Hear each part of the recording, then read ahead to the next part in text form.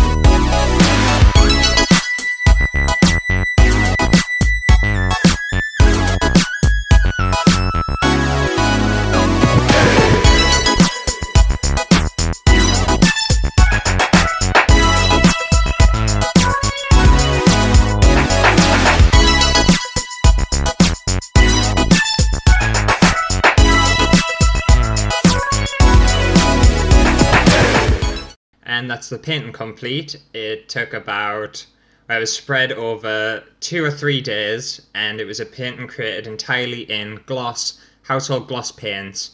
And I've got the finished painting here to show you in person.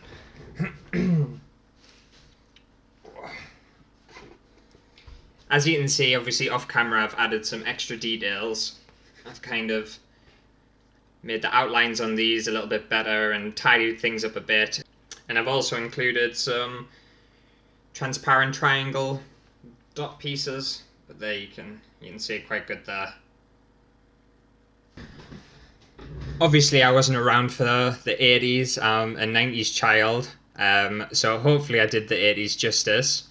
Let me know in the comments down below if you're from the 80s, if you remember it quite well, and if I did do that decade justice in my painting skills.